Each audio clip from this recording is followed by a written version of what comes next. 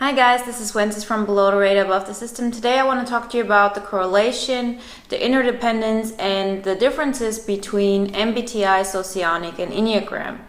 You might ask yourself, why do I need another system? One system is more than enough, which was the first thing I was thinking about. But each system has a different approach and different solutions, and also concentrates on different things. And from each system you can take something completely different, and if you can combine everything, in the end it gives you a great path you can follow in order to achieve your own success, your own destiny, and to be in control of your life, to understand what your motivations are. And I want to get into each of those three fields. So MBTI is the thing we have been working on so far. We've made videos about how other personality types work, how we work, and mainly it is that we live in our first two functions. For INFJs, it's, for example, NINFE, and that's why sometimes there are really some correlations with ENFJs, because those first two functions are the main thing. But it's also obvious that the more out of balance you are, the more your personality type comes out. So when I first started those videos, I was really depressed, I was really withdrawn from reality, and that's when you really could tell my NI coming out, you could tell my TI coming out, and I'm going to talk about that in another video, which is going to be covering the dominant tertiary loop. But what I'm trying to say is, the more you're you're not in balance, as in you're not using all your functions, which would be the best way for us to be happy and to be fulfilled on our own. That's how you really see those functions. And it's very interesting and important if you look into those functions to understand how you see the world, why you see the world the way you are, how you can interpret how other people see the world. And it gives a great starting point and system to really understand different worldviews, to understand what you really want, and to get a grasp of who you are. But this is MBTI. Pretty much, what are your functions? What are the things you use most in your life? What functions are important to you, and what kind of functions you really neglect? For INFJs, it's the TE component mainly, but which is, external data and so on, just things that are efficient. But it gives us a great understanding of how these things work. With Socionics, it's different. Socionics, although it also talks about the functions, and it also talks about hidden agendas and what kind of functions we don't use, and similar things that are really, there's a high correlation with MBTI and Socionics. But what Socionics mainly does is it concentrates on the dichotomies, which means the way we function. I've talked about this. If you're a yielding type or an obstinate type, meaning are you more concerned with keeping your resources, or are you more concerned with keeping your interests alive? And I know, like, if people ask me to help them with, I don't know, an event, or to help them studying, it's much harder for me to offer that help, or to really bring that help, because it requires of me to give up my time and to give up my resources, which is my energy. And it's more difficult than to have sympathy with somebody, and to use to give up my interests and concentrate on other people's interests and try to help them get what they want. For people who are the other way around, it's the exact opposite. They will help you with time, they will put in effort where you need it, but don't expect them to change what they want in life or what they want at that moment. It's like something really has to be triggered in them for them to do it. As in, I would also do the work if I have to, but it's not something I'm like completely without any problem giving up, or for other people it's more natural. How it is for us, maybe more natural to give up sympathy and so on. Those are the things you learn from Socionics. So if you've been with MBTI, and you've kind of felt there's like some kind of understanding, you'll still see that there are things that really trick you off when you trip you off when you talk with other personality types, because you think, for example, we share all the same functions, or this is looking at MBTI, why are they acting this way? It doesn't give a full understanding of this. But with Socionics, it looks much more into those things, those dichotomies that I thought, or I think, are so important, and they give such a great insight into how we work and why we do things a certain way, how we stick to methods, and other people really are set on like strict goals, are not gonna get away from those goals. And the other thing that Socionics really helps you with are intertype relationships.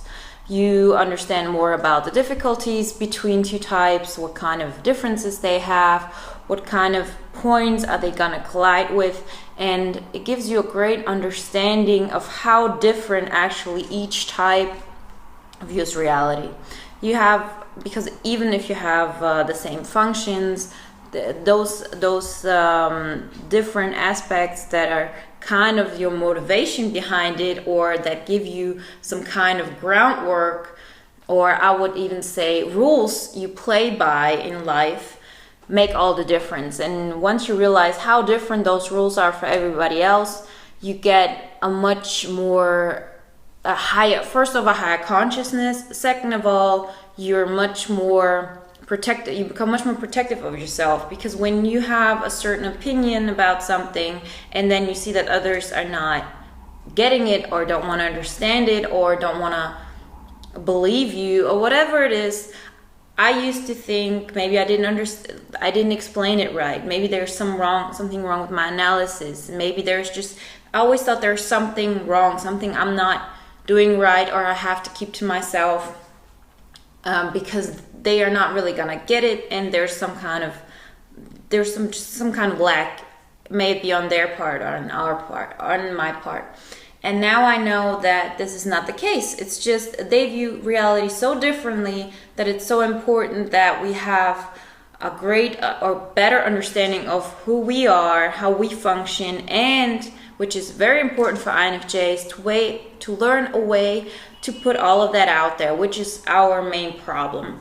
We need to find like something we can stick to, something that gives us a meaning, a purpose in life, and something we can follow, and which is gonna stay constant. And not try to live our dreams, our lives through somebody else and through their perception of life, and kind of just try to work with them, but rather just do our thing, and people will benefit most from us bringing that part of us out, by them seeing that it allows them, for example, to not be as hard on themselves, or it allows them to explore their dreams, and so on. So those things are very important, and they're not specifically explained with MBTI. So those are two different systems. And the one system we haven't really talked about, which I'm going to get into in the future, is the Enneagram. And I was kind of concerned, because I thought, okay, so now I don't have anything to talk about, so I'm going to talk about the Enneagram, which is also in the spectrum.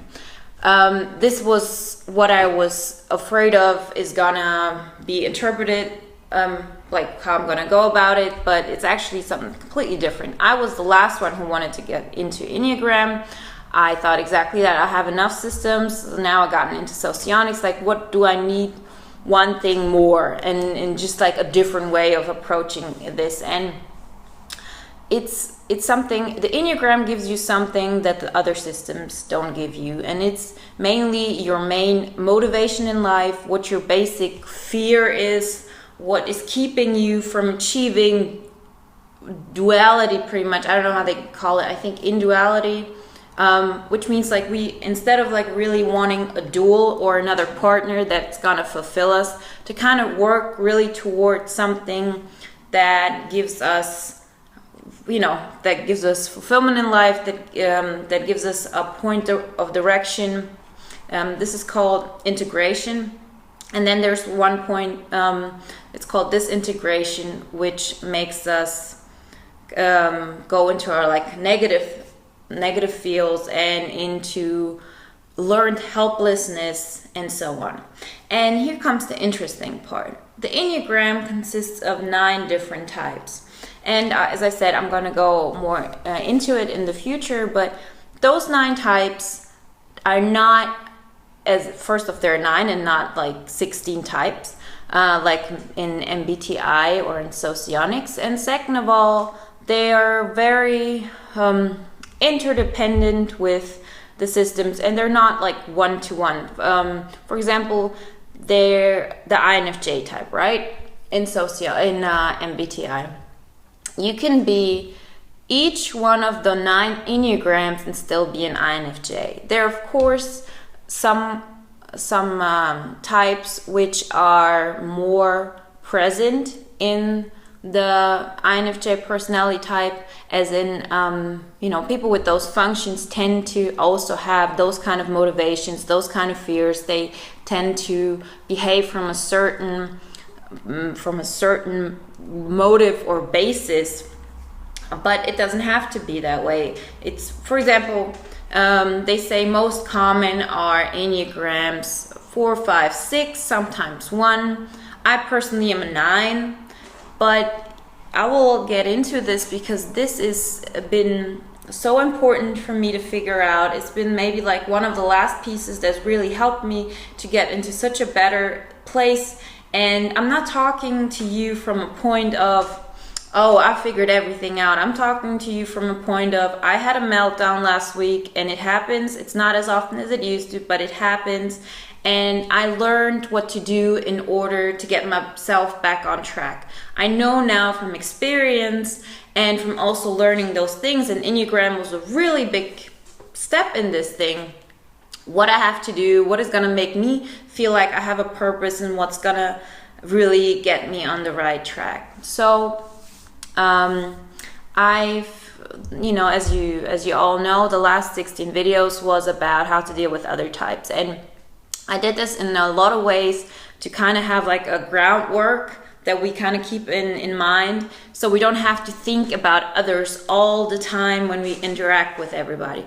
I've given you some kind of infos that I thought were important and helpful when dealing with others in order to have a good relationship that doesn't really, that doesn't interrupt your harmony. But now it's time to really concentrate on ourselves. As in, really, what do we want? What can we do to become a better person? Because it is easier for us as INFJs to go into others' motivation, to understand what's not going right there with them, but that's the easy way out, and it doesn't really get us all the satisfaction we want, because that other person, that even if we can help them out, can never give us everything that we want, because they are not us. They don't know exactly what we want. We don't even know so often. So it is important to find out what does make us feel good and to do those things and then get to a better place. There's this saying, I don't even know exactly how it was, but it was, passion is not the reason for action. It's the cause of it, which pretty much means that you're not gonna just wake up one day and be inspired and be passionate and find your life force and everything you want to do. It's actually the other way around. It's like by you getting to do something, putting in action, going into a path that is right for you, will give you the passion you need and the inspiration you need to move forward. And each different Enneagram type has different motivations and has different reasons to get into a bad place, into a positive place. And so I want to really concentrate on that and to talk about probably the most common Enneagram types within the INFJ community, in order to get like a groundwork of how this works and what kind of things are really keeping us from being completely healthy and getting to like a really productive place, so we feel that we really accomplished something, that we're contributing to society, and that we're not just like observers who have no control of our life and our destiny. So this is why I think Enneagram is important. I will in the next weeks I'll have a little more time, so I'll go get into this. Please let me know if you want to talk about something specifically, and the idea pool is also all the time open for suggestions, as well as down, state your comments below, and I think we will make the best out of it and really get everybody as excited about their own path and life and journey. So that's just all. Stick to it. Okay, talk to you soon. Bye.